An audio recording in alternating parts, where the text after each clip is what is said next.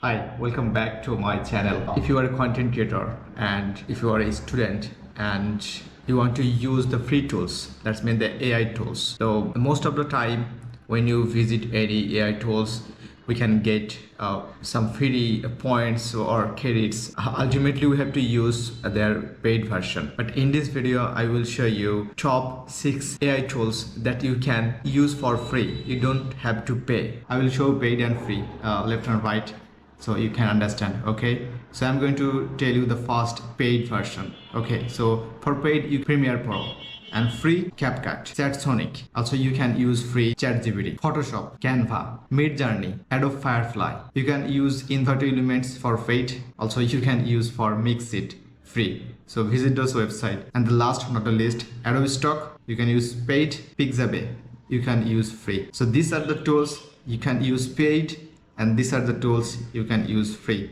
So just visit this website and just use all the resources and apply in your project. I think you'll love it. So if you love this content, please don't forget to subscribe and share this video. I will come back with next tutorial. So have a good day.